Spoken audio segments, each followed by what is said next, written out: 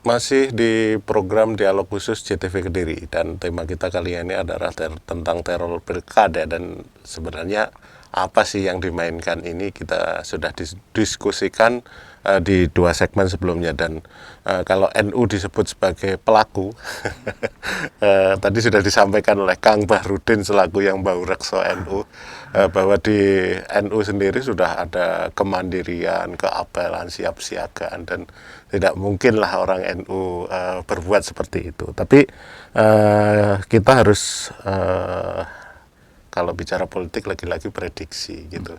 Jadi ke depan ini kalau melihat situasi seperti ini, ada calon tunggal dan lawannya bumbung kosong. Kalau kacamata Pak Heru selaku akademisi, tingkat kerawanannya seperti apa Pak Heru? Ya kalau mungkin secara secara kerawanan fisik misalnya gitu, itu enggak ada dalam artian, karena memang lawannya kan ya bumbung kosong. Tapi kalau dimungkinkan misalkan pasukan bumbung kosongnya juga luar biasa kan, bisa juga artinya sama pendukung calon tunggalnya. Ya, artinya kalau tadi bumbung kosongnya ini menang kan gitu kan. Makanya kan ibaratnya harus menjadi introspeksi, introspeksi bahwa ternyata kita ini sebenarnya belum diminati kan, belum diinginkan. Nah, ya tidak apa-apa, karena sudah kategorikan tetap jadi calon, makanya harus berjuang. Artinya jangan pada waktu pemilihan berikutnya masih kalah sama bumbung kosong lagi kan, namanya kan ya kebacut istilahnya gitu. Tapi oleh karena itu, jadi apa yang terjadi nanti itu harus dijadikan satu bahan, satu kajian. Saya harus bagaimana? Ibaratnya kita harus menjadi insan ceria, cerdas, inovatif, amanah. Artinya amanah itu taat kepada azas. Kalau ke sebagian orang itu menilai ke calon tunggal, yakni sudah diumumkan mereka bahwa ada pasangan Dito Dewi itu. Ini ada agak sedikit pergeseran makna, artinya bisa ketika Pak Sutrisno merapat ke itu bisa menaikkan popularitas Dito Dewi, tapi di sisi lain juga bisa menjatuhkan juga karena ada lompatan-lompatan yang tidak bagus misalkan. Kira-kira Pak Heru memaknainya seperti apa nanti kira?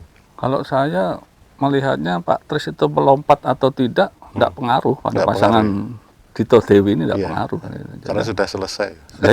Tapi artinya justru dalam artian mengapa bisa begini ini tadi kan bahasa intelijen itu kan Pak Tris ini ahli, sangat ahli politik sekali, mbahnya politik Kediri, Kabupaten Kediri. Maksudnya hanya sekedar lompat ini selesai, saya rasa enggak. Apalagi gara-gara teror petasan. Tapi tidak mungkin lah itu. Jadi saya tidak melihat mesti ini nanti akan berlanjut ramai. Aja kita berharap ya suasananya tetap kondusif dan baik, masalah. Oke. Kalau Kang Bahrudin melihatnya seperti apa ini, karena lagi-lagi kan NU belum mengeluarkan ini. Boleh dong berpendapat tapi sebagai pribadi atau sebagai ini ke depan, karena ritmenya seperti ini, sudah ada calon tunggal, prediksi calon tunggal, terus ada ya mau tidak mau dikatakan petasan atau guyonan itu urusan lain. Tapi betul. Yang lebih seksi lagi kan merapatnya Pak Sutrisno tadi kepada kubu kepada paslon Dito Dewi. Ini seperti apa, Mas Kang Bahrudin? Bagi saya secara pribadi, namanya memilih calon, baik itu calon yang ada calonnya maupun tidak ada calonnya, itu kan pilihan. Itu juga bukan kriminal, juga tidak melanggar undang-undang ya. Karena sah-sah saja. Ya, sah-sah saja. Cuman sampai hari ini kemasan yang dibangun, yang hari ini kan sudah mengarah satu calon tunggal, yang satu bumbung kosong. Disinilah kira-kira masyarakat akan menjadi keinginan tahunya semakin besar. Seperti apa sih nanti calon yang akan memimpin Kediri ke depan? Dan resikonya apa kalau nanti harus dibuat bumbung kosong? Karena memang ini menjadi salah satu kewajiban KPU juga untuk mensosialisasikan secara tuntas karena agar orang-orang itu tidak salah pilih ya. Jadi bumbung kosong atau milih calon itu kan lagi-lagi ya pilihan, tidak melanggar undang-undang, sehingga dalam kondisi seperti ini memang KPU harus fair, berjalan dengan apa itu seimbang. Kalau harus mensosialisasikan ini calon tunggal, ini caranya seperti ini, nanti masyarakat pun juga akan menjadi simpatik dengan proses-proses seperti itu. Oke. Dan belum pernah ada ya lawan bumbung kosong, belum pernah. Belum pernah. Di Kediri Sejarah. selama ini belum pernah ada. Ada fenomena Sejarah, baru. iya. Tapi ini kan prediksinya nasional itu 31 Pak Heru yang apa ke bumbung kosong. Ini grand design nasional juga atau gimana kita nggak tahu. Ya, Jadi proses-prosesnya seperti itu. Menariknya ini Pak Heru, nanti ketika pilihan di 9 Desember nanti, ini kan yang ditakutkan itu partisipasi masyarakat. Kalau misalkan manuver-manuver elit tadi, kalau elit penguasa tadi seperti itu, orang kan, kalau orang awam sudah tahu lah apa maksudnya, siapa bupatinya, terus ini terus apa selama 20 tahun menjabat, oke. Tapi ketika sudah dibumbui manuver-manuver seperti itu, para masyarakat kira-kira seperti apa menilainya, dan prediksi apa yang dilakukan ke depan masyarakat kita di Kabupaten Kediri khususnya. Nah ini kerja berat ya Pak, kerja berat sama yang calon hanya satu calon ini. Jadi tidak boleh tidak boleh terus duduk manis karena calon tunggal, karena musuhnya lawannya tadi.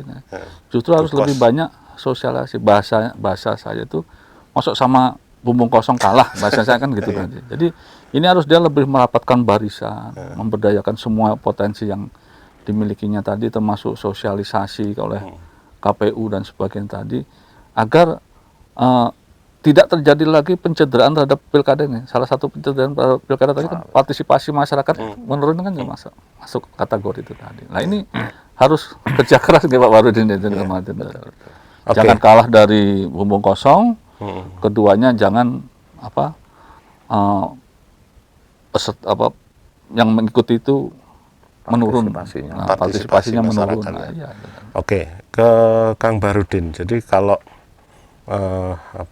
melihat fenomenanya ini, masyarakat kan satu ada kecenderungan apatis ya terhadap pilkada, karena kalau mereview pilkada sebelumnya tingkat partisipasi itu 50-60% dari DPT itu.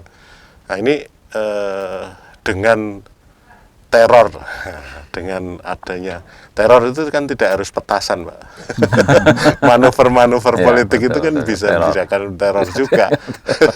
Termasuk pencalonan yang dalam tanda petik misalkan dari itu kan kalau orang pacaran milenial sekarang teror hati, ya, teror macam-macam sekarang. Nah, sekarang Kang Barudin melihatnya seperti apa nanti warga Nahdien? Jadi NU itu jelas posisinya di dalam proses pemilihan seperti ini. Kita akan tetap menyampaikan kepada semua warga NU tidak boleh golput. Dia harus datang. Ini kewajiban kita untuk memilih pemimpin, kewajiban warga untuk memilih pemimpin. Sehingga organisasi seperti NU, dan saya juga berharap organisasi sosial yang lain sebagaimana NU juga harus punya partisipasi di dalam masalah ini, karena ini satu suara saja menentukan pemimpin di Kediri.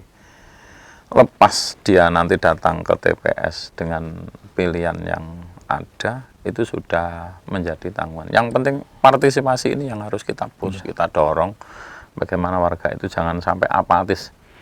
Ini jelas-jelas Kediri ini tidak begitu diminati pemimpinnya kalau sampai masyarakat itu apatis. Oke. Kita kalau melihat lagi ada data tentang dinasti.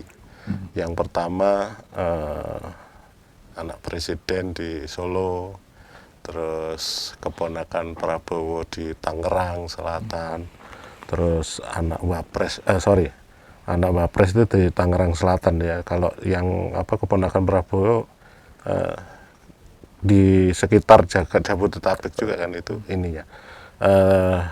Yang di Kediri ini anaknya Pramono Anung. Pak Heru melihatnya fenomena apa ini? Pertanda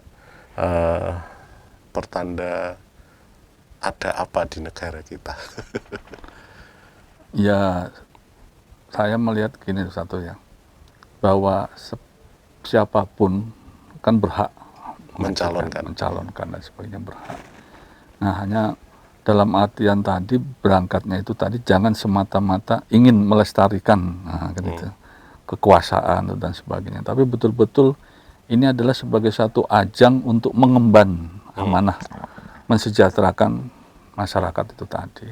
Siapapun silahkan, tapi kalau ingin tadi jangan hanya sekedar popularitas ya, atau dukungan dan sebagainya, tapi tunjukkanlah kemampuan.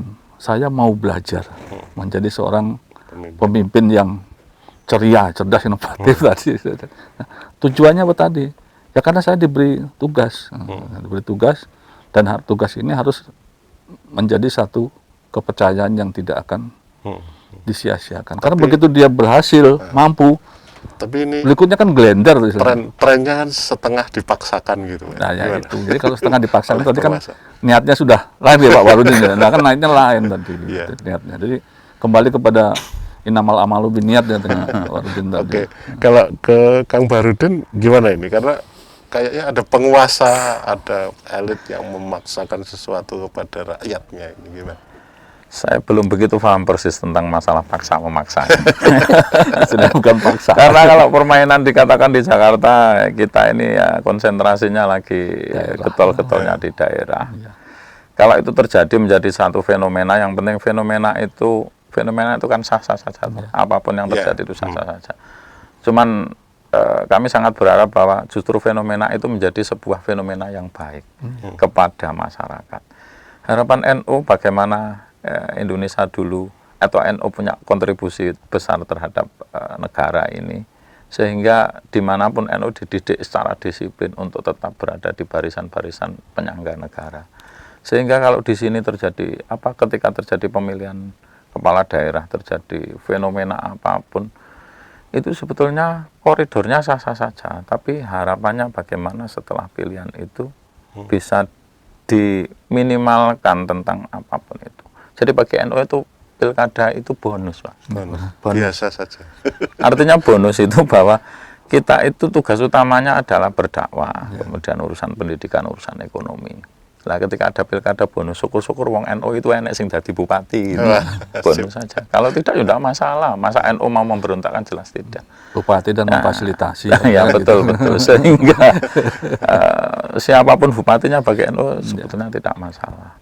Sehingga muncul fenomena itu kalau dikatakan sebetulnya terserah yang mengatakan sebetulnya. Akhirnya digaduk-gaduk nih mau Kang Abdul. Gaduk matuk. Tapi ya kebetulan di sana ternyata pas anaknya Pak Presiden, di sini pas anaknya Pak. Yang pintar yang mencalonkan. Oke, terima kasih. Jadi kalau merujuk pada istilah atau catatan Hitler, jadi beruntunglah penguasa itu bila rakyatnya tidak bisa berpikir.